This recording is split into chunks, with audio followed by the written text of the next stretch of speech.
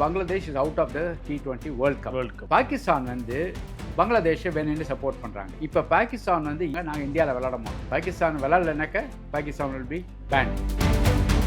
4500 million dollars இந்த ஒரு match cancel ஆச்சுன்னா பாகிஸ்தான் இந்தியா அந்த பணத்தை வந்து பாகிஸ்தான் வாங்கணும். 2008 பாகிஸ்தான் பிளேயர்ஸ் எல்லாம் ஐபிஎல் விளையாண்டாங்க. 26-11 மும்பையில் ஆச்சு. இவங்க பாகிஸ்தான் கிரிக்கெட்டர்ஸ்லாம் அதை கண்டெம் பண்ணாமல் செலிப்ரேட் பண்ணாங்க. அப்போ தான் ப்ராப்ளம் ஆரம்பிச்சு. ஐபிஎல் வேறு, ஐசிசி வேறு. பங்களாதேஷ்க்கும் இந்தியாவுக்கும் ஒரு விதமான ஃப்ரிக்ஷன் நேஷனல் செக்யூரிட்டிக்காக அந்த பிளேயரை வந்து ரிலீஸ் பண்ணிட்டீங்க அப்படின்னு பிட்வீன் முஸ்தபிசூர் அண்ட் கேகேஆர். ஆனால் பங்களாதேஷ் என்ன பண்ணாங்க, இது ஒரு இஷ்யூ ஆக்கினாங்க. ஏன்னா அவங்க வந்து பாகிஸ்தான் நாங்கள் தனியாக வந்து ஒரு கிரிக்கெட் கமிட்டி வந்து கிரியேட் பண்ண போகிறோம். ஒரு 7-8 கண்ட்ரியில் வச்சு நாங்கள் வந்து ஒரு கிரிக்கெட் அந்த மாதிரிலாம் பண்ணால் நல்லது. ஏன்னா Pakistan will be removed from cricket. ஐசிசிக்கு ஒவ்வொரு கண்ட்ரியும் பணம் கொடுக்கணும். அதில் India is giving 75% of money. மீதி கண்ட்ரியில் ஒன்றுமே கொடுக்குதில்லை. இந்தியா பணம் கொடுக்குது நிறுத்திட்டாக்க கிரிக்கெட் அழிஞ்சு போடக்கூடாது. T20லேருந்து விலகணும். நிறைய நஷ்டம் வரும் பாகிஸ்தான். ஐசிசியோட அலவன்ஸ் எதுவுமே கிடைக்காது. அண்ட் ரெண்டாவது வந்து பிளேயர்ஸ் எல்லாம் என்ஓசி கிடைக்காது. இந்த இது சீரியஸாக போச்சுனாக்கா எல்லா கண்ட்ரியும் பாய்காட் பண்ணுவாங்க. அப்போ பாகிஸ்தான் கிரிக்கெட் அழிஞ்சு.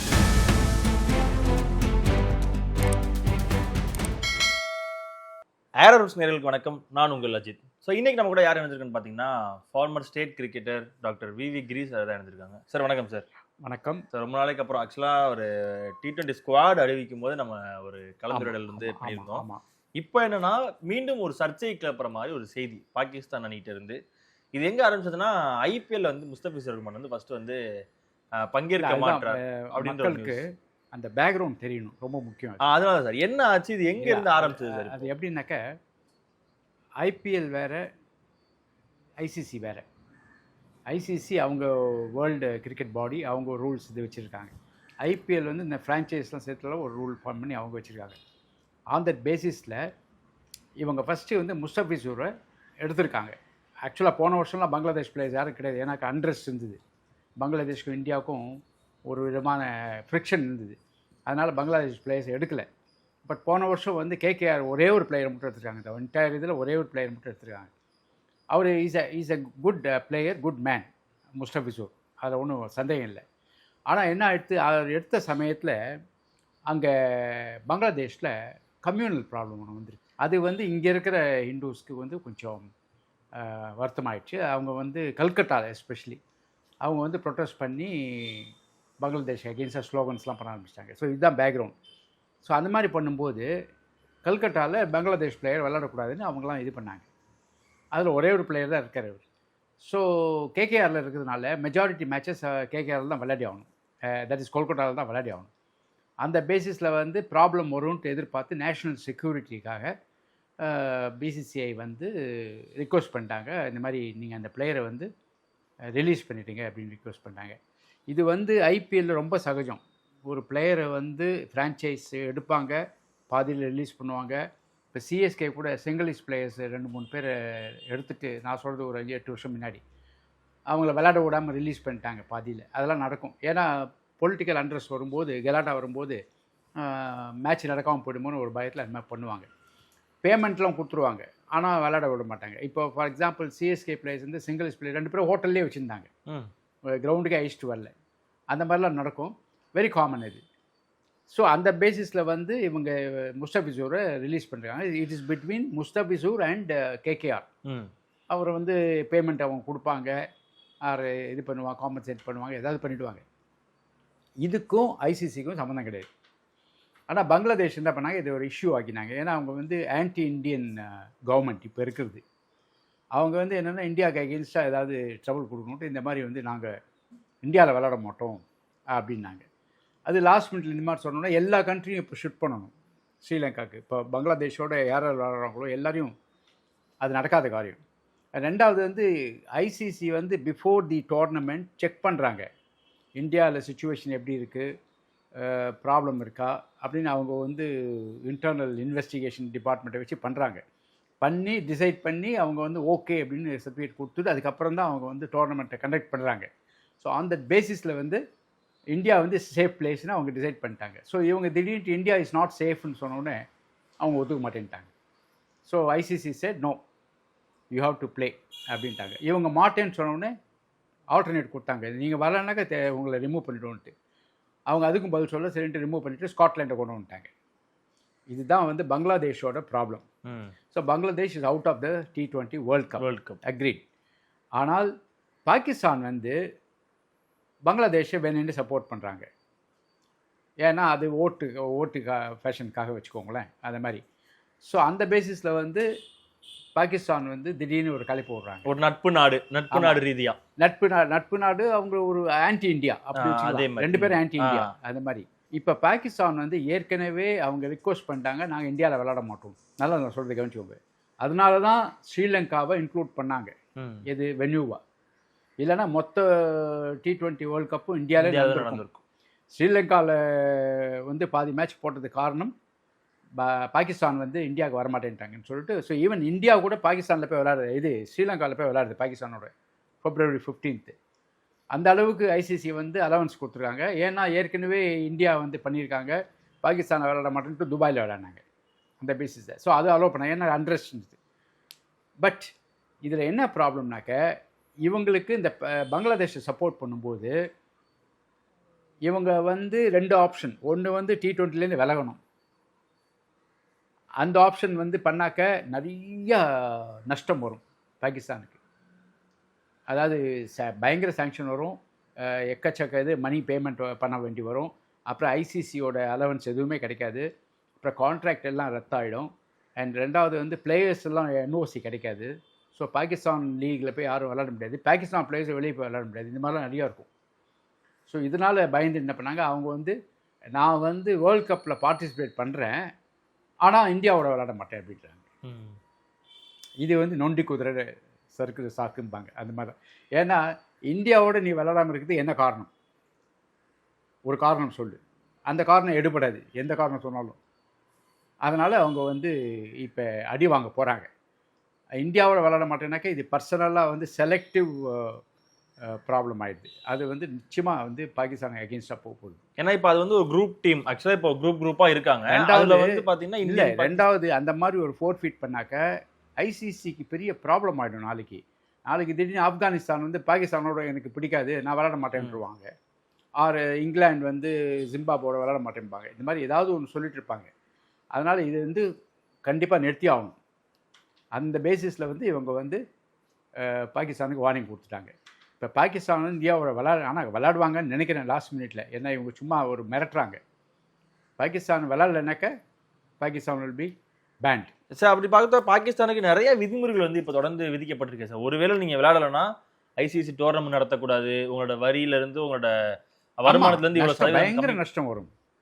அந்த இதில் அதுதான் பயப்படுறாங்க அவங்க. கிரிக்கெட்டே அழிஞ்சு போடும் இந்த வேர்ல்டு கப்பில் அவங்க இந்தியாவோட விளையாடலைனாக்க. இந்தியா வந்து என்றைக்குமே பாகிஸ்தானோட விளையாட மாட்டேன்னு சொல்லலை. பாகிஸ்தான் உள்ளே தான் விளையாட மாட்டேன்றாங்க. வெளியில் போய் எந்த கண்ட்ரியாக இருந்தால் விளையாடுறாங்க, விளையாடி வின் பண்ணுறாங்க. அதில் வந்து ப்ராப்ளமே இல்லை. ஸோ இது வந்து பண்ணுறது அநியாயம். நான் இந்தியாவோட விளையாட மாட்டேன்னு சொல்கிறது ரீசனே இல்லை. சார் ஒருவேளை இப்போ விளையாட மாட்டேன்னு சொல்லி ஸ்டாப் பண்ணுறாங்க சார், ஃபைனல் வரைக்கும் ஸ்டாப் பண்ணுறாங்கன்னா இந்தியன் சைட்லேருந்து ஒரு மெசேஜ் ஒன்று போகுது. என்னன்னா இந்தியா டீம்லேருந்து போகுது, நாங்கள் ஸ்பாட்டுக்கு போயிட்டோம், நாங்க விளையாடாம நாங்க ஸ்பாட்டுக்கு போயிடுறோம், பாகிஸ்தான் டீம் வரல. கடைசி செகண்ட் வரைக்கும் ஐசிசி வந்து டாஸ் போடுற வரைக்கும் இருக்கணும். ஸோ இந்தியா இப்போ ஸ்ரீலங்கா போகணும், கொலம்போவில் சூரியகுமார் யாதவ் போவார், காயின் எடுத்துகிட்டு போவார், டாஸ் போடுறதுக்கு போவார். டாஸ் போடுறதுக்கு அவங்க கேப்டன் வரலனாக்கா தென் வாக் ஓவர்னு பேர் இதுக்கு. அதாவது மேட்சை வந்து இந்தியாவுக்கு அலாட் பண்ணுவாங்க. பட் அது வந்து இந்தியாவுக்கு அலாட் பண்ணுறது வந்து நாளைக்கு பெரிய ப்ராப்ளம் ஆகிடும். எல்லா கண்ட்ரியும் இந்த மாதிரி பண்ணுவாங்க. அதனால அது அலோவ் பண்ண. ஸோ இந்த வாக் ஓவர்ன்றது ரொம்ப ஈஸியாக டேக் ஓவர் பண்ணுற மாதிரி எல்லாருமே வந்து எடுத்து போகிற மாதிரி. இது வந்து வாக் ஓவருங்கிறது ஒரு கேவலமானது. அதாவது எதனால் இந்த பேசிஸ் வாக் ஓவர்னாலே மைனஸில் போய்டும். அந்த மாதிரி பண்ணணும். வாக் ஓவர்னா பனிஷ்மெண்ட் சிவியராக இருக்கணும். பாகிஸ்தான் வந்து நாங்கள் தனியாக வந்து ஒரு கிரிக்கெட் கமிட்டி வந்து கிரியேட் பண்ண போகிறோம். Like China, USA, west Indies, அதுக்கப்புறம் பங்களாதேஷ், இந்த மாதிரி நாங்கள் ஒரு 7-8 கண்ட்ரியை வந்து கொண்டு வந்து அவங்கள வச்சு நாங்கள் வந்து ஒரு கிரிக்கெட் அந்த மாதிரிலாம் பண்ணால் நல்லது. ஏன்னா Pakistan will be removed from cricket. அந்த மாதிரி பண்ணால் உலகத்துக்கு நல்லது. பாகிஸ்தான் அண்ட் பங்களாதேஷ் 2 பேரும் ஒரு ரிமூவ் பண்ண. இது என்ன பியூட்டினா, பங்களாதேஷில் எல்லா பிளேயர்ஸும் they want to play in India IPL. இந்தியாவிலே ஆமாம், ஏன்னா லாஸ்ட் டைம் வந்து T20 விளையாடுறதுக்கு ரெடியாக இருக்காங்க. ஆனால் கவர்மெண்ட் தான் வந்து ஆன்டி இந்தியா ஃபீலிங்கில் இருக்குது. அது வந்து இவங்க இண்டிவிஜுவல் பிளேயர் முஸ்தபிசுர் ரஹ்மானை வந்து விளையாடக்கூடாதுன்னு சொன்னதுக்கு அதுக்கும் ஐசிசிக்கும் சம்மந்தம் கிடையாது. அது ஞாபகம் வச்சுக்கணும். அது ஃப்ரான்ச்சைஸு முஸ்தபிசுர் ரஹ்மான் பேமெண்ட் கொடுத்துட்டு நீ ஹோட்டல்லே இருப்பான்னு கூட சொல்லலாம்.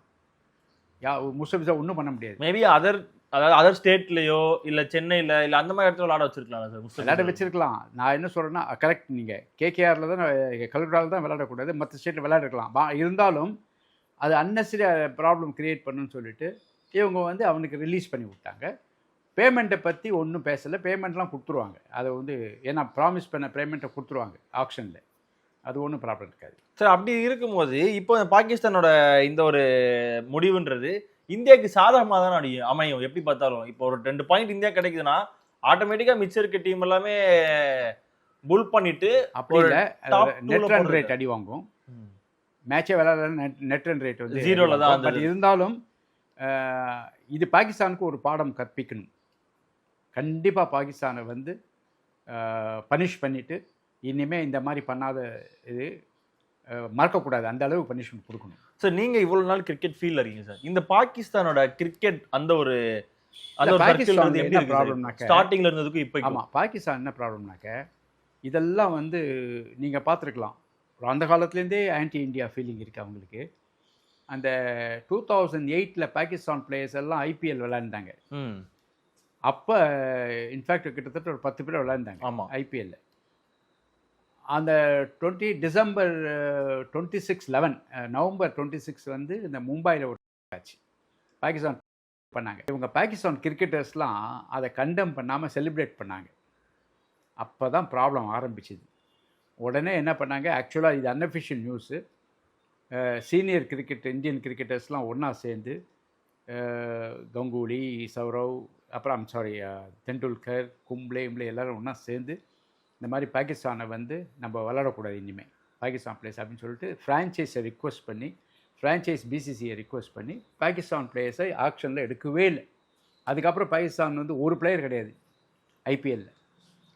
அதுக்கு காரணம் வந்து இவங்க வந்து இந்த ஆன்டி இந்தியா செலிப்ரேஷன் பண்ணதுனால. அது ஏற்ற இப்போ கூட ஆஃப்ரிடி மாதிரி ஆள்லாம் வந்து ஆன்டி இந்தியா எல்லாருமே இருக்காங்க. 99% பீப்புள் கிரிக்கெட்டர்ஸ் வந்து they are anti India. So அதனால தான் அவங்க வந்து ஒரு அனிமாசிட்டி ஃப்ரம் த பிகினிங் இருக்குது அவங்களுக்கு. அதனால் வந்து ஒரு ப்ராப்ளம் ஆகும் சார். அப்படி பார்க்கும்போது பாகிஸ்தான் டீம் பற்றி சொல்லுங்கள் சார். ஏன்னா ஆரம்பத்தில் இருக்கும்போது ஒரு பெரிய பெரிய பிளேயர்ஸ் இருந்தாங்க, பெரிய பெரிய ஜாம்பவான்கள்லாம் இருந்தாங்க. ஓரளவுக்கு பாகிஸ்தான் டீம் வந்து கொண்டு போனாங்க. லைக் எப்படி வெஸ்ட் இண்டீஸ் ஆரம்பத்தில் எப்படி இருந்தாங்களோ அந்த மாதிரியான ஒரு டீமாக தான் இருந்துச்சு. இப்போ பாகிஸ்தான் டீம்ன்றது எப்படி இருக்குன்னு நினைக்கிறீங்க சார்? பாகிஸ்தான் டீம் வந்து என்றைக்குமே தே ஃபைட் வித் ஆப்போனன்ட்ஸோடு ஃபைட் பண்ணலாம், அவங்களுக்குள்ளே ஃபைட் பண்ணிப்பாங்க. ஸோ அழிஞ்சு போகிற டீம் அது. என்றைக்குமே வந்து இன்டர்னல் ஃபைட் உண்டு அவங்களுக்கு. வாசிம் அக்ரம், பாக்கார் யூனிஸ் 2 பேருக்கும் சண்டை. ஜாவத் மேண்டாருக்கும் இம்ரான் கானுக்கும் சண்டை. இந்த மாதிரி எல்லாருக்கும் தெரிஞ்ச விஷயம் இது. கம்ப்ளீட்டாக ஒருத்தருக்கு சண்டை போட்டுகிட்டே இருப்பாங்க. ஸ்டேட்மெண்ட் அகெயின்ஸ்டாக கொடுப்பாங்க. கோஆப்ரேஷன் கிடையாது. கண்ட்ரிக்காக தான் அவங்க உயிர் கொடுப்பாங்க ஒழிய கேப்டனுக்காக உயிர் கொடுக்க மாட்டாங்க. அந்த மாதிரி டீம் அது. ஸோ மொத்தத்தில் வந்து அது வந்து not a sport very good patriotic team. So அப்படி பார்க்கும்போது இப்போ பாகிஸ்தான் டீமில் ஆடுற ஆட்கள் எல்லாருமே ஒரு லெவலுக்கு மேம்போது பாலிடிக்ஸ்குள்ளே போயிடுறாங்க. குறிப்பிட்ட ஆட்கள் எல்லாருமே பாலிடிக்ஸ்குள்ளே போகிறதுக்காகவே இங்கே வந்து ஒரு பெரிய லெவலுக்கு பர்ஃபார்ம் பண்ணி இது பாப்புலாரிட்டிக்காக இந்த கேம் விளையாடுறாங்க அப்படின்றது தெரிய வருது வெளிப்படையாகவே. பாலிடிக்ஸ்குள்ளே போயிட்டாங்கன்னா டைரெக்டாகவே அவங்க வந்து இந்தியா வந்து அகெயின்ஸ்டாக வந்து எடுக்க ஆரம்பிச்சிடுறாங்க. அப்படிதான் அதை எடுத்துகிட்டு இந்தியா அகெயின்ஸ்டாக இது பண்ணி இந்தியாவுக்கு அகெயின்ஸ்டாக பேசினா தான் அங்கே ஓட்டு கிடைக்கும். அங்கே எப்படின்னா எல்லாரையும் பிரெயின் வாஷ் பண்ணியிருக்காங்க. இப்போ உலகம் ஃபுல்லாக தெரியும். இப்போ ஃபார் எக்ஸாம்பிள் இப்போ வந்து இந்த பங்களாதேஷ் இந்த ப்ராப்ளம் வரும்போது ஒன்லி ஐசிசிலேயே மொத்தம் 10 கண்ட்ரி இருக்குனாக்க 2 கண்ட்ரி தான் பங்களாதேஷ் சப்போர்ட் பண்ணாங்க. பாகிஸ்தான், பங்களாதேஷ் 2 தான். மீதி இருக்க 8 கண்ட்ரியும் தே சப்போர்ட்டட் இந்தியா. அதனால் கேன்சல்லாம் பண்ணக்கூடாதுன்னு சொல்லிட்டாங்க அவங்க. ஸோ அதனால தான் இப்போ பாகிஸ்தான் வந்து வேர்ல்டில் எல்லாருமே அகெயின்ஸ்ட் பாகிஸ்தான் இருக்காங்க. ஸோ கிரிக்கெட் சார்ந்திருக்க அனைத்து கண்ட்ரியுமே வந்து பாகிஸ்தான். இப்போ வந்து இந்த இது சீரியஸாக போச்சுனாக்கா எல்லா கண்ட்ரியும் பாய்காட் பண்ணுவாங்க பாகிஸ்தானை. இன்றைக்குமே பாகிஸ்தான் வெளியில் டூர் போகவே முடியாது. ஏன்னா இப்போ வந்துட்டு இந்த சீரீஸ் ஆடலைன்னா இந்த பிஎஸ்எல்ன்ற மாதிரி ஒரு ஐபிஎல் மாதிரி அங்கே வந்து பிஎஸ்எல்னு நடக்கும். அதுவே நீங்கள் அடுத்த இதுக்கு நடத்த முடியாது. அடுத்த ஒரு 2-3 இயர்ஸ்க்கு இந்த பிஎஸ்எல் இது நடத்த முடியாது. ஏன்னா ஃபாரின் பிளேயர்ஸ் உள்ள வரும். ஃபாரின் பிளேயர்ஸ் என்ஓசி கொடுக்க மாட்டாங்க. அதுதான் அதான் இது பெரிய இது. மற்ற கண்ட்ரிஸாக என்ன பண்ணுவாங்க, நான் கிளியரன்ஸ் கொடுக்க மாட்டேன், நீ பாகிஸ்தான் போகக்கூடாதுன்றவாங்க.